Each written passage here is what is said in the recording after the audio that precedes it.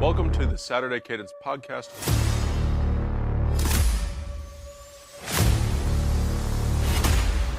I'm Blake Biscardi, and remember, the Saturday Cadence podcast is the heartbeat of college football. We had some chaos last week in week 2. Now we move on to week 3 with some big matchups coming along. We got Notre Dame and Texas A&M, Florida at LSU. That's going to be a big one for the Gators, and Georgia at Tennessee. So, guys, big games across the slate. Welcome into Saturday Cadence. We have got you covered. I'm your host, Blake Biscardi, alongside David Wertheim and Grant Kincaid. David, we saw some results last week that kind of made our scratch our heads a little bit. You know, Oklahoma had a lot of hiccups in that game, but still found a way to win that by double digits. USF went into the swamp, beats Florida, shocks the world there. Could the Gators be in trouble? Clemson looked really shaky.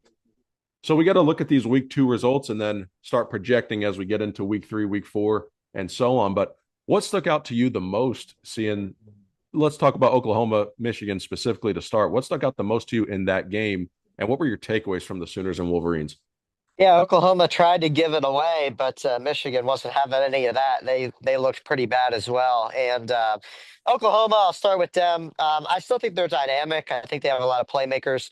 I love what John Mateer's doing. I got a chance to watch that game, so that was exciting. And then you got Burks on the outside going over 100 yards and a touchdown. So that combo could be good for them this year. I would have liked to see more from their running game. Um, Michigan traditionally strong defending the run. I would say they did pretty good in this game. Mateer gashed him a little bit with his legs, so they kind of quieted that down a little bit in the second half. Um, but on the Michigan side, this would be probably a disastrous offensive performance, I would call it. Bryce Underwood wasn't very good. 9 of 24, 142 yards. Had one big play in there, really, a couple of big plays. One big play on the ground gets him a TD, and they didn't do much on the ground other than that. Underwood, no threat with his legs, really no threat down the field. Um, the playmakers outside were uninspiring. McCauley had a decent game on 3 catches. Nobody else really did much. And they even missed a field goal, which doesn't usually happen with their all-world kicker. So really disappointing performance for Michigan. They were beat up front on the offensive line, really nothing doing on offense whatsoever. The game plan was weird. They didn't throw the ball downfield. I don't know if they couldn't or they just didn't want to, but either way, it didn't really work. And for Oklahoma, Brent Venables, we talked a lot about Matt Patricia stymieing Arch Manning, and Brent Venables really did it to Bryce Underwood here. So, all around, good performance by Oklahoma. They deserved to win at home, even though they tried to throw it away. Michigan, they play Central Michigan this week. Good get-right game for them. They got Nebraska in a couple weeks, so it'll be interesting to see what happens there. They do, and a quick note on Michigan there having Central Michigan and Nebraska on the schedule. Sharon Moore not going to be on the sideline serving 2 games of that self-imposed suspension there. I thought Brett Venables did have a good plan.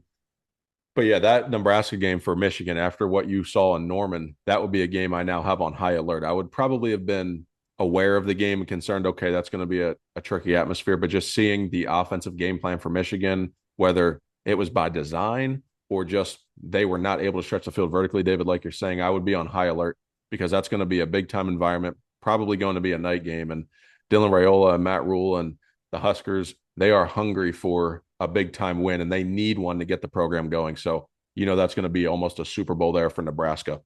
And then, Grant, let's look real quick at USF and Florida. That was the big shocker of the weekend.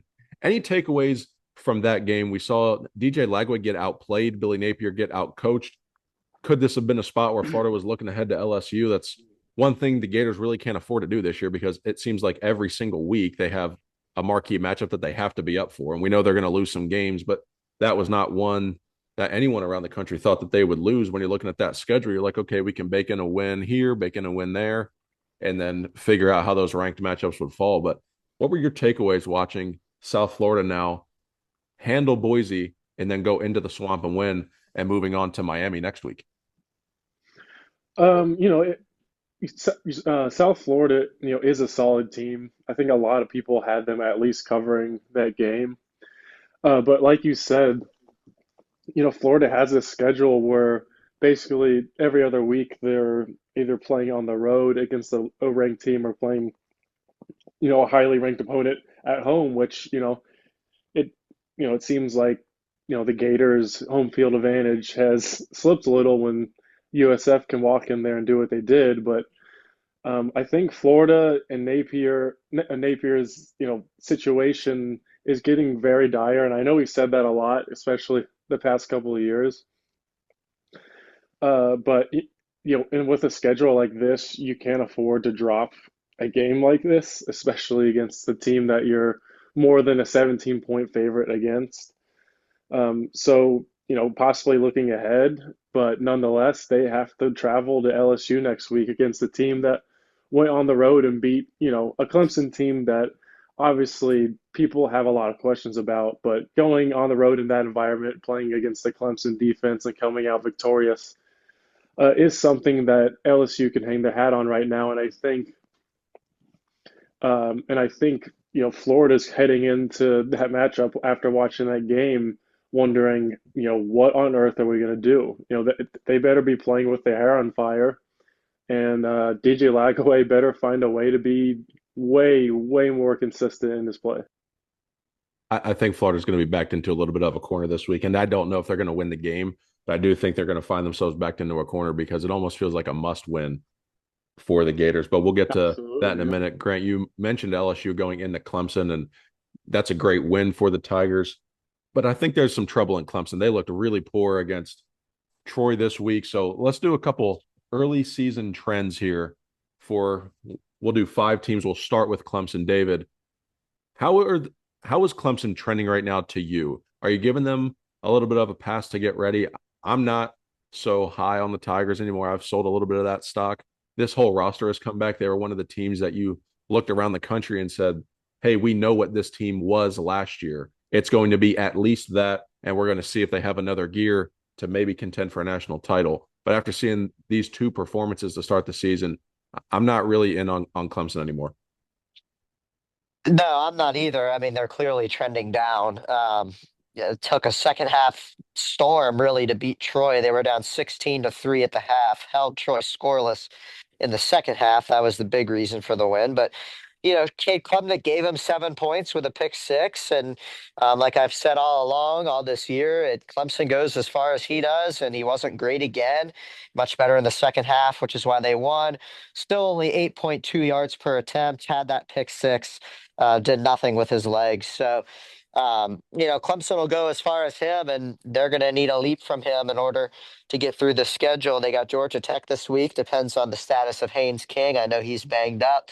That could be a difficult game. Then they get Syracuse at North Carolina at Boston College. Their schedule's a little bit more backloaded with SMU, Florida State at Louisville at South Carolina for their last 6 weeks.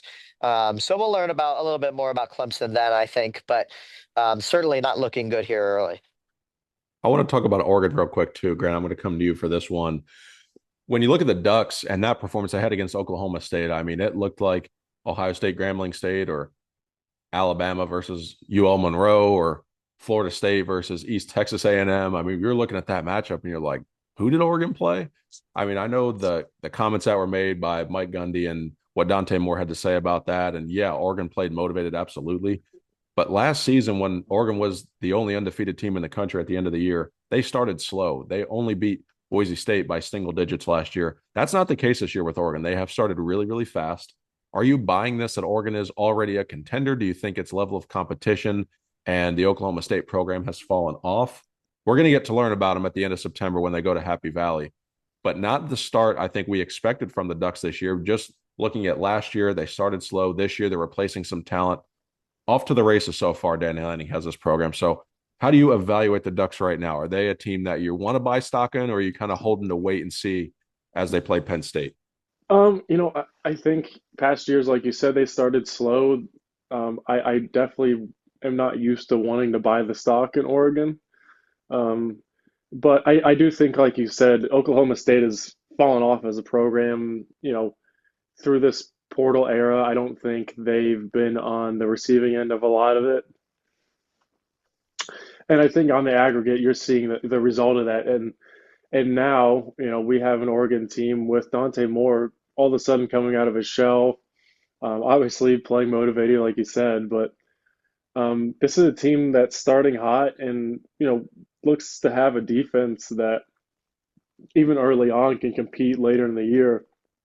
Like you said, the Penn State game, is going to be, that big measuring stick later in the year. But it'll be interesting to see what happens before then, as far as how their defense holds up, because I feel like that's what tends to, as the year goes on, tends to fold, under Dan Lanning as of lately. Um, but I think I would buy stock more than years past just by watching that game. David, real quick for these next two teams, I'll go you first and then Grant. I'll give you Florida, and Grant, you'll have Oklahoma. David, are you buying stock in the Gators? Billy Napier, his seat may be getting warm at some place around the country. It's not really time to talk about that yet. It's September. We've only had 2 weeks of the season, and Florida has a gauntlet. I don't think you make any moves right now, but what are you seeing from Florida? Do you think that was a look ahead spot and they'll be fine in SEC play? How do you evaluate the Gators? Well, two things. First of all, as you guys know, I've been very high on Alex Golesh for a long time, and the fruits of that are starting to bear here. He's a good coach. They've got good things going on down there. A lot of playoff talk for them this week, but I really wouldn't be surprised if um, they probably lose this week to Miami, and then they could run the table. That's a really good team, but at the same time, Florida SEC team, you got to win that game at home, and I'm not buying stock in the Gators here. They've got an extremely difficult schedule, as Grant mentioned. Um, Talking about this week at LSU and saying that they have to play with their hair on fire, I think he's spot on, and they're in real trouble. Even if they win this week, I mean, you just have difficult test after difficult test, and I applaud them for it. In the out of conference, playing Florida State, playing USF, so I really respect what they're doing in that regard in the non-conference, but. At the same time, you go LSU. They got Miami as well, so you go LSU, Miami, Texas, all three in a row at Texas A&M. I mean, any team could go 0-4 in that stretch if you think about it. There are a handful of teams that could run through that gauntlet. Ohio State, Oregon, maybe Georgia. That's about it, probably. And so they're not going to survive that. And then even if they get past that, they still have Georgia at home, at Ole Miss, Tennessee at home, and then home against Florida State. I mean, you're just bound to lose some games. And at this point, if they go 7-5, 8-4, Billy Napier should probably keep his job. I mean, that's one of the more difficult schedules I've ever seen, and um, they certainly didn't do themselves any favors dropping this one to South Florida. I mean, that's a game you just got to have with a schedule like this. So, good luck. Yeah, no doubt about that. That schedule is probably the hardest college football schedule that's ever been assembled. And Grant, to be completely honest with you, Oklahoma's schedule is not much better. It is better, but not by much. What are your takeaways from the Sooners after seeing them play Michigan? They made some mistakes there. They survived the game. It was at home, great environment. John Mateer is going to play great. He did have to run the ball 19 times. Obviously, that's not going to happen every single week. But in those big matchups, you got to do what you got to do to get a victory. And it was clear that Mateer was able to do that with his arm or with his legs, depending on what the moment called for. Are you buying stock right now in Oklahoma? Do you think they're a team that's trending up? Or do you think, again, maybe Michigan's not as good as we thought? Kind of pause and wait and see on the Sooners. I think right now I'm buying stock in Oklahoma, just by the fact that I feel like the one thing that's been missing is a quarterback like Mateer, is a guy that can, not just make plays with his feet, but like impact the game with his feet, extend plays, and really be a game changer on offense, because Oklahoma has become a very defensive leaning team, which we are not used to, but that's just the way it's been with Venables at the helm. But looking at the schedule, like you said, they have the game against Texas, they have at South Carolina, they have at Tennessee, they are at Alabama. I mean, there are road test after road test after road test. So obviously getting to play at home could have aided them, could have made Mateer a little more comfortable being at home. We'll see how he fares on the road, but I feel like he's seasoned enough and he's old enough that he can handle himself. So from what I've seen, I would definitely buy stock in Oklahoma right now, but that is, it's a gauntlet of a schedule. David, last team that we're going to move on here to the games for this week, Michigan. Are you buying stock in Michigan? Are you holding on them? Do you think they're trending down as a program? No Sharon Moore again for the next 2 weeks. What's your evaluation of the Wolverines? Well, no Sharon Moore might help them. So We'll see how the offense looks these next couple of weeks and find out if it's really a Chip Lindsey problem, who's been more spread offense oriented before, or if it's a Sharon Moore problem, who wants to, run the ball and smash his way through. I'm not really buying Michigan here. They weren't exactly inspiring against New Mexico. They didn't look good against Oklahoma. The game against Nebraska will tell us a lot, I think, going on the road there. Two teams that kind of need that one. So I look forward to that game here in a couple of weeks. Their schedule isn't really that bad. They avoid every Big Ten foe except Ohio State. They avoid Penn State. They avoid Oregon. They avoid Illinois. They avoid Indiana. So if you can get past Nebraska, then you're kind of smooth up until you get to Ohio State. You got to go to USC, play Washington at home, at Michigan State.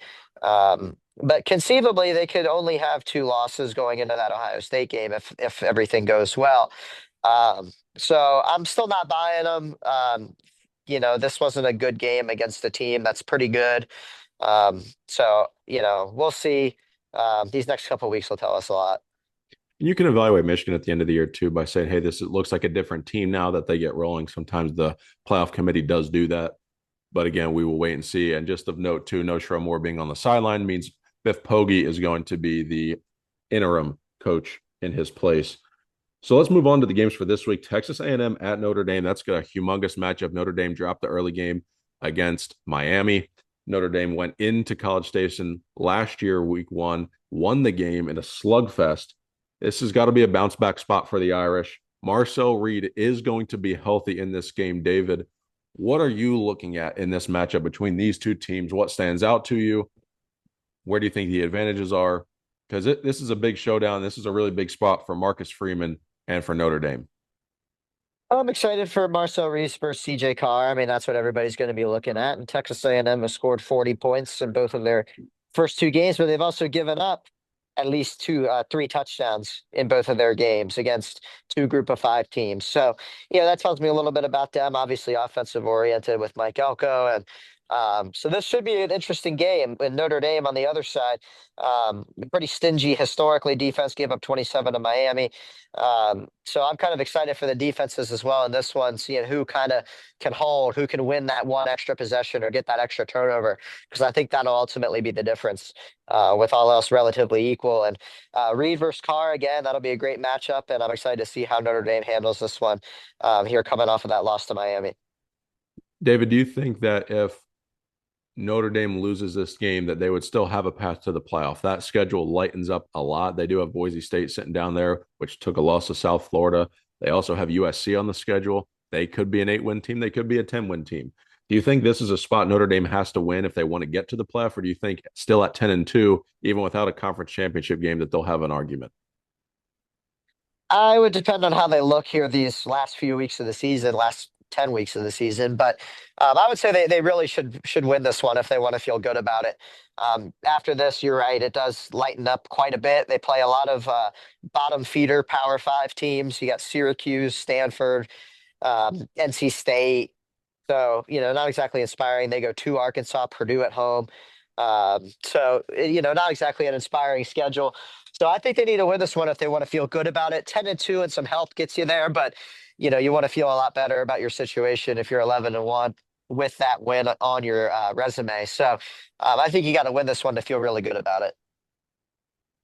Grant, your thoughts on this one for Mike Elko now bringing his program up to South Bend. You're going to play at Notre Dame. It's going to be a great environment. The spread's within a touchdown. We'll get to the official picks of that in the next segment. What's the mindset if you're Mike Elko and Texas A&M going into South Bend? We got to make a statement. Texas A&M hasn't made a statement in a while, probably since, Calzada, who is still playing college football, uh, you know, beat Alabama and kind of was the beginning of the, what you would call maybe the downfall of Alabama, but obviously we're not saying that yet. A lot of season left, but um, there's a opportunity here for Texas A&M to play a team that played in the national championship last year, go on the road and play this team. Like you said, this is a matchup we're not used to. This is, perks of the playoff, getting matchups like this. But as far as Texas A&M's mindset going into the game, this is full gas on the pedal. This is a different team. This is a different kind of scheme. Like Dave said, there's probably a little bit more pace, a little bit more offense. Obviously, with Marcel Reed, you're going to get plenty of pace. He's a freak athlete. So if he can stay on the field, I think A&M is going to have obviously their hands full with Notre Dame, but very, very good chance that they could come out, of this game victorious. What I want to look at in this matchup that I did not see a lot of against Miami, I wanted to see more of it, was the integration of the run game with Jeremiah Love and Jadarian Price. I think that's going to be the area to watch for Notre Dame offensively and how they choose to attack Texas A&M, because they need to establish the run, not because they need to establish the run, but because that running back room deserves the run to be established. Use it. Those are your best players. Notre Dame has good wide receivers. Texas A&M is going to have to respect the passing game. And if you're able to run the football, it's going to open up the field a little bit more for your young quarterback. So I think that's the place I want to watch, is how early and how often do they get those two running backs going? Because if they're able to get moving, Notre Dame has a good offensive line. I think that bodes well for the Irish, not just in this game, but throughout the whole season, because they can be a punishing team if they're able to run the football as effectively as I think that they can. We just need to see them do that. But Grant, I'm going to go back to you for this one. Florida at LSU. You talked a little bit about Billy Napier and his status right now. Is this a must-win game for Florida? We've talked about their schedule being really difficult right now coming off of that loss. Is this a must-win game for the Gators? Man, it's I think after losing at home to South Florida, I think for the stability of the program and obviously the future of Napier and everything else, it probably is. And at the very least, if they lose this game, it has to be under just absolute dire circumstances, and they completely outplayed them, and they end up playing really well the rest of the season. But all these things that I'm saying are really unlikely, which is why I think that tomorrow, or I think that this weekend, that they have to go into LSU and prove like, hey, we're still Florida.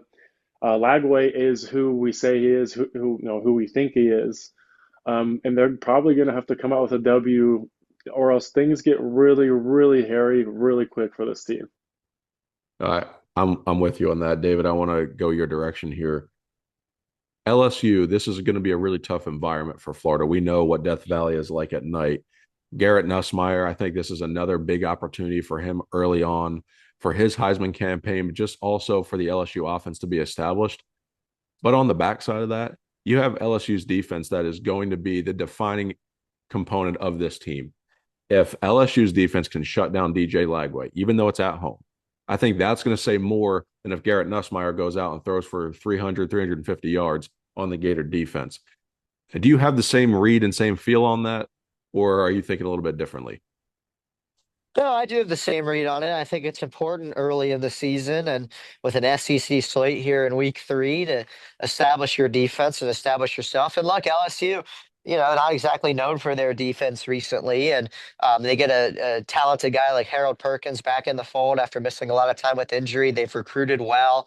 A couple of transfers. They got Ohio State, Fahim Delane's older brother, Mansour Delane from Virginia Tech.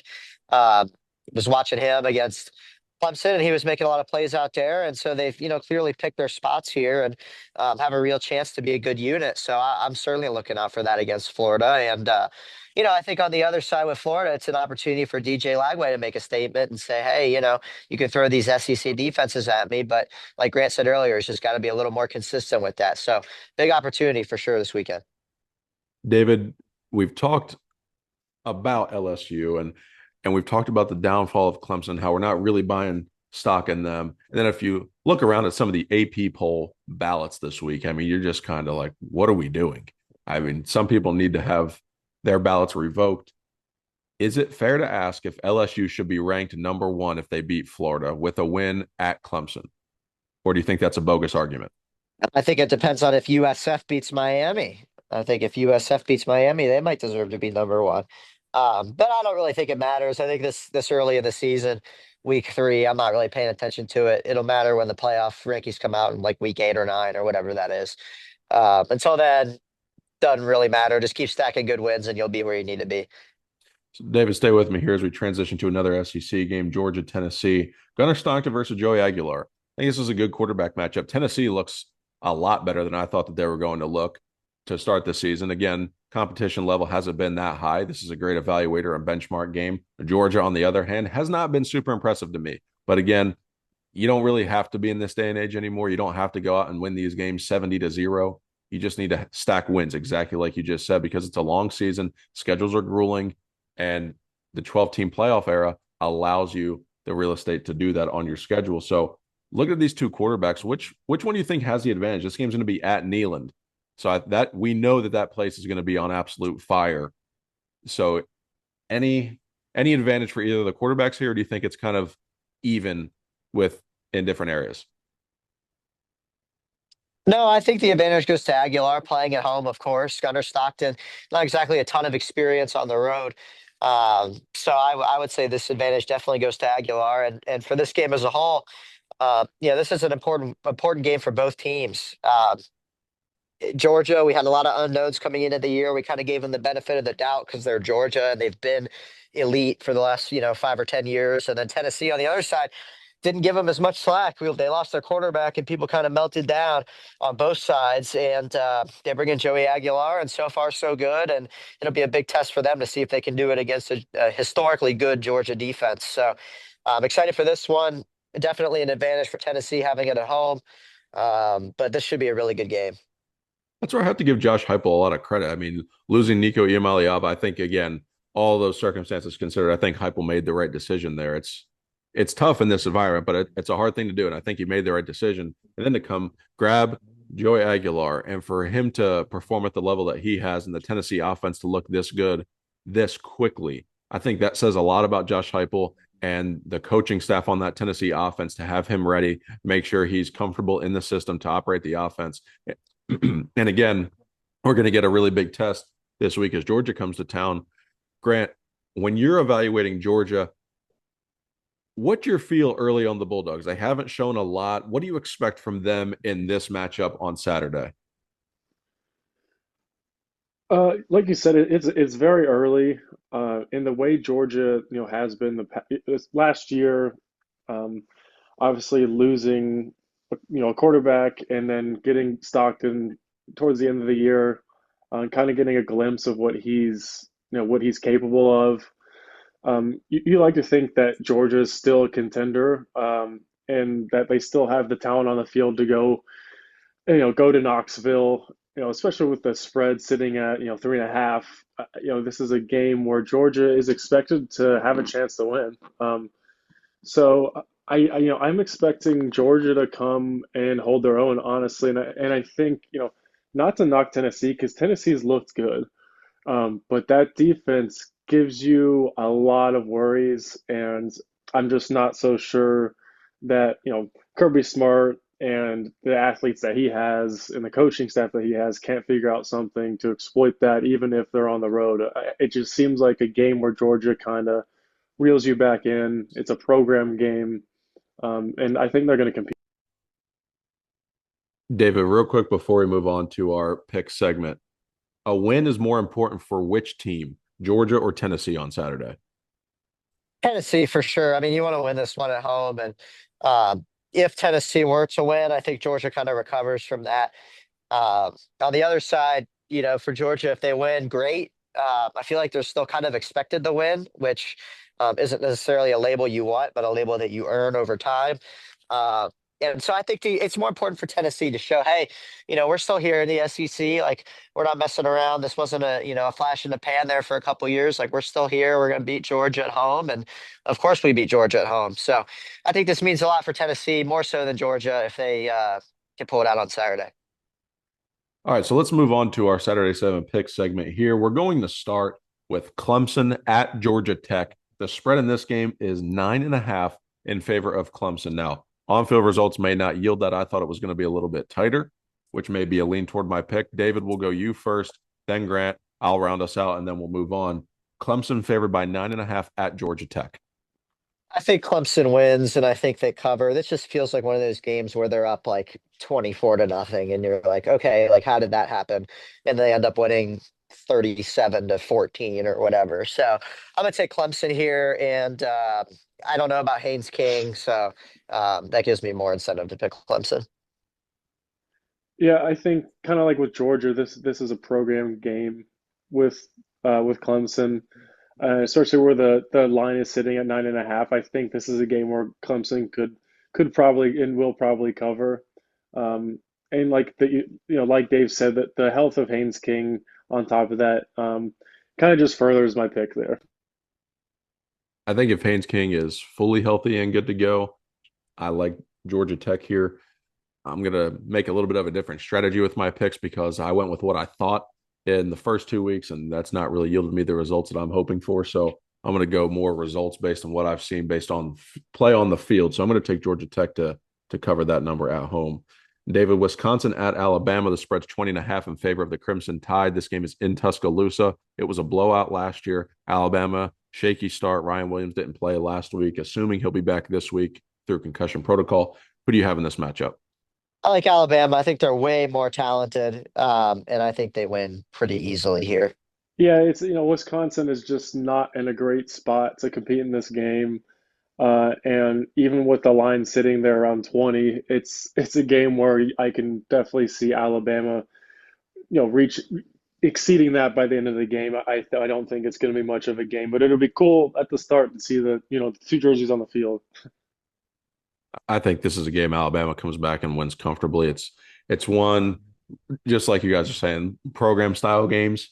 Alabama needs a win and they need to look good doing it. I think they're going to come prepared and on a big stage and get the W.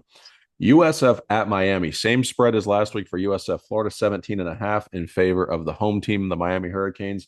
David, is USF going to continue its run to start the season, or do you think this is where the luck runs out? I think they cover for sure. I think they feel like they can win this game. I don't know if they do, but at that number is certainly enough for me to pick a cover, and that's what I'll do.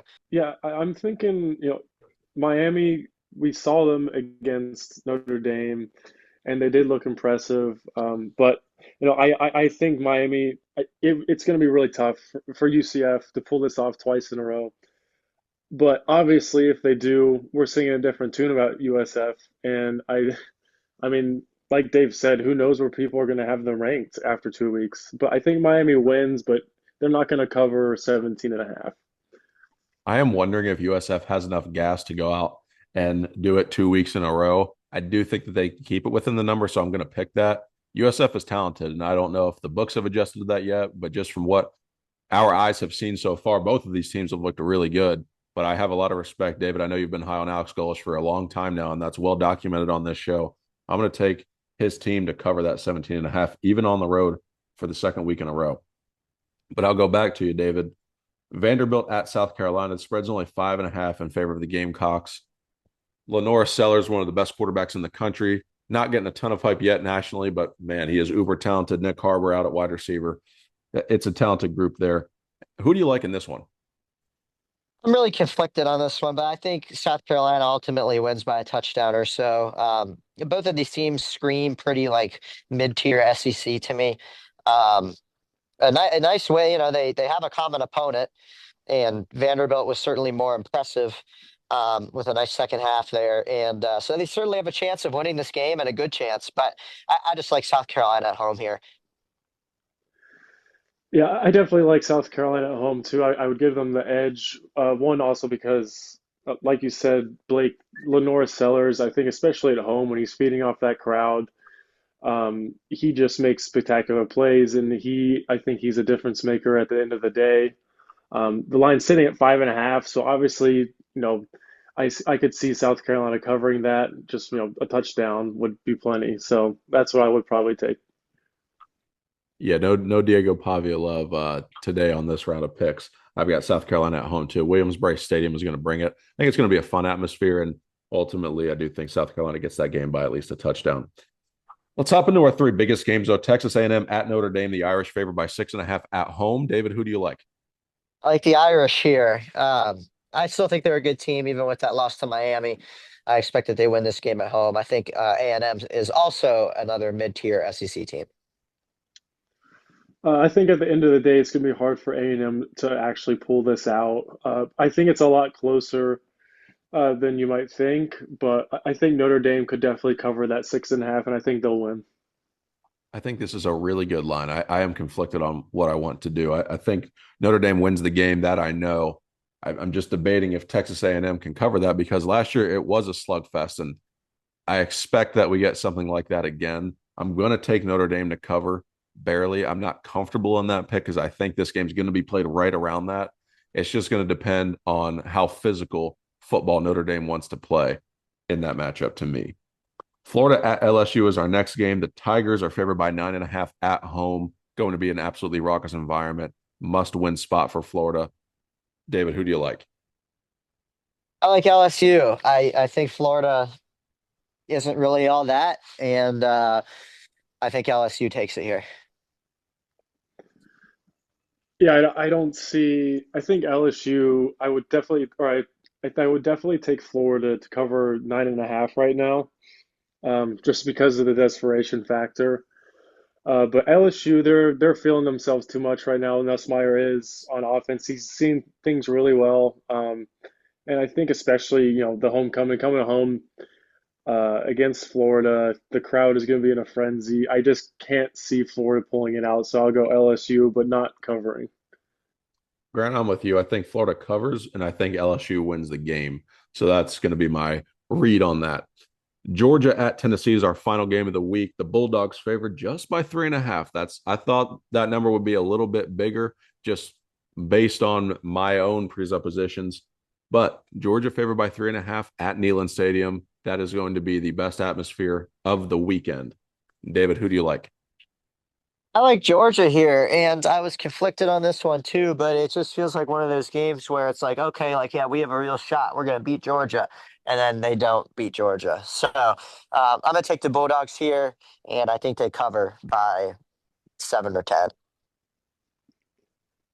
Yeah, I like earlier I was saying I think it's one of those games for Georgia where the G on the helmet, Kirby Smart, the 5 stars. It just kind of all culminates into Georgia winning, and especially having a good shot at covering 3.5.